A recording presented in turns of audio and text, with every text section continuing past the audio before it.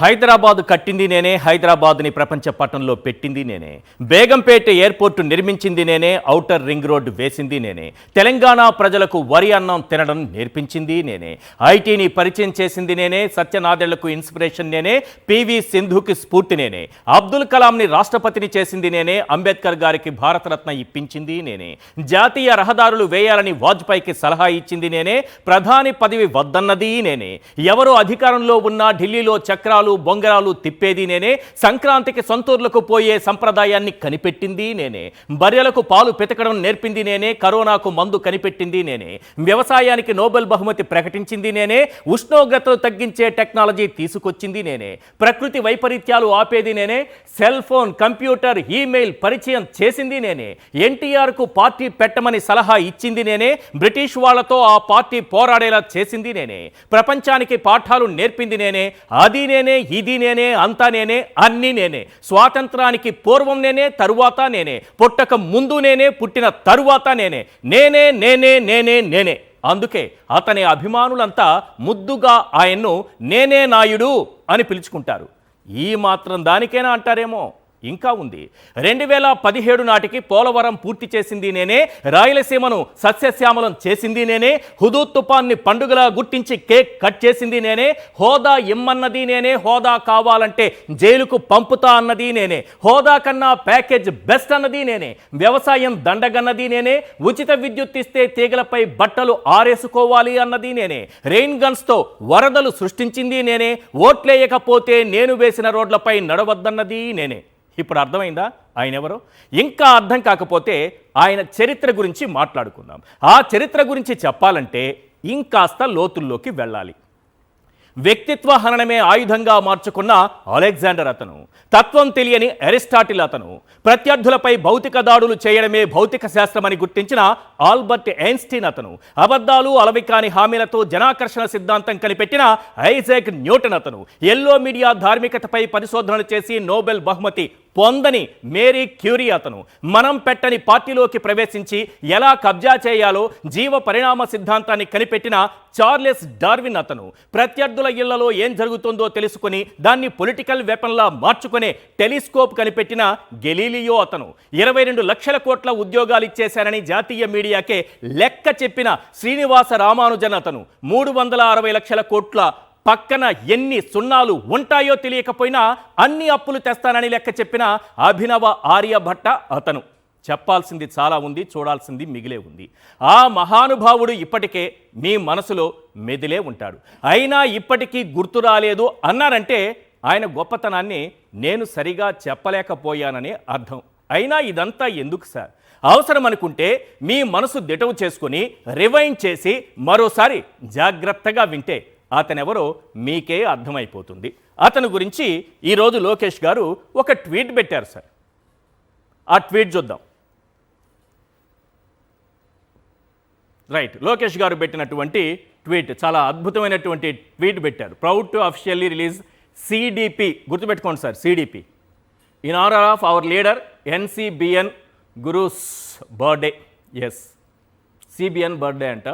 CDP అంటే campaign display picture ఒకటి release చేశారు.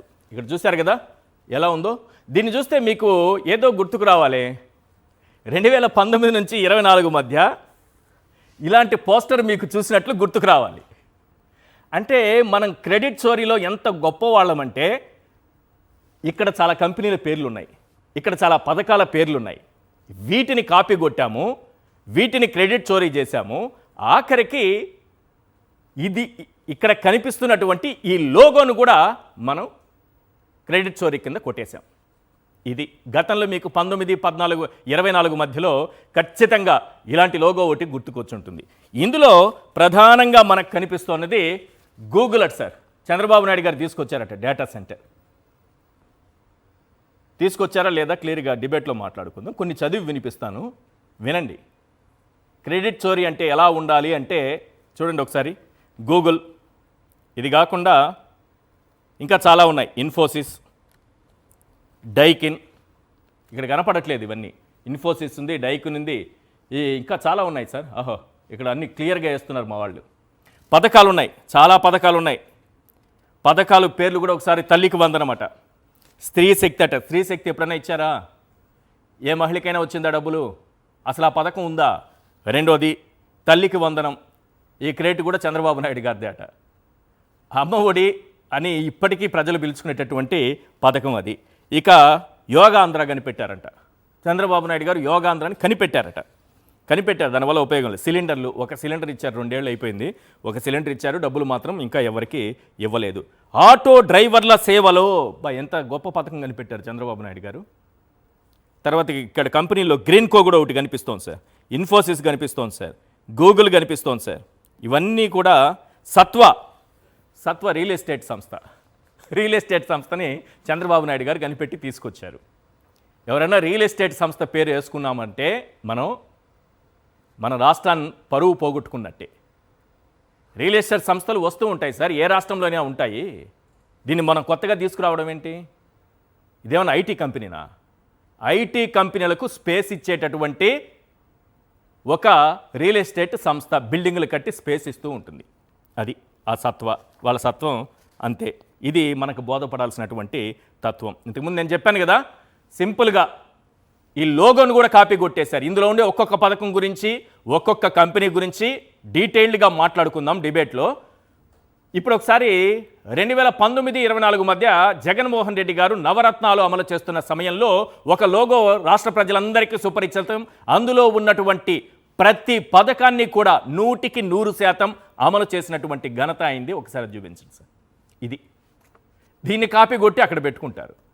అందులో కూడా జగన్మోహన్ రెడ్డి గారు తెచ్చిన కంపెనీల పేర్లు ఉంటాయి, జగన్మోహన్ రెడ్డి గారు పెట్టిన పథకాల పేర్లు ఉంటాయి. పేర్లు మారుస్తారు, క్రెడిట్ చోరీలు చేస్తారు. ఇది ఈరోజు చాలా ముఖ్యమైన దినమట. కాబట్టి నారా లోకేష్ గారు ఒక ట్వీట్ కూడా పెట్టారు. దీనిపైన మనం చర్చిద్దాం. అసలు ఈ ట్వీట్లో ఏముంది? ఈ సిడిపి ఏంటి? ఈ సిడిపి ద్వారా చంద్రబాబు నాయుడు గారు పరువు తీశారా? ఆయన క్రెడిట్, ఆయనకున్నటువంటి గౌరవాన్ని మరింత నిలబెట్టారా? చర్చిద్దాం. చర్చలో పాల్గొంటున్నారు వెంకటరెడ్డి గారు, వైఎస్ఆర్సీపీ అధికార ప్రతినిధి, ఇంద్రనీల్ గారు, సీనియర్ అనలిస్ట్. ఎస్ వెంకటరెడ్డి గారు, ఈరోజు మీరు చూసే ఉంటారు, మన ముఖ్యమంత్రి గారి జన్మదినం సందర్భంగా తనయుడు లోకేష్ గారు, రాష్ట్ర మంత్రి కూడా, వారు ఒక ట్వీట్ పెట్టారు సార్. సిడిపి అనేది ఒకటి రిలీజ్ చేశారు. అంటే క్యాంపెయిన్ డిస్ప్లే పిక్చర్ అట. ఈ పిక్చర్ ద్వారా చంద్రబాబు నాయుడు గారు సాధించినటువంటి ఘనతలు, మరి అతి తక్కువ కాలంలో ఇంత ఘనత ఎలా సాధించారు? ఇది డిస్ప్లే పెట్టుకునేటటువంటి వాళ్ళ అభిమానులకి ఏం చెప్తారు? సరే, ముందుగా ఎందుకంటే ఈరోజు చంద్రబాబు నాయుడు గారు 76వ సంవత్సరంలోకి వచ్చాడు కాబట్టి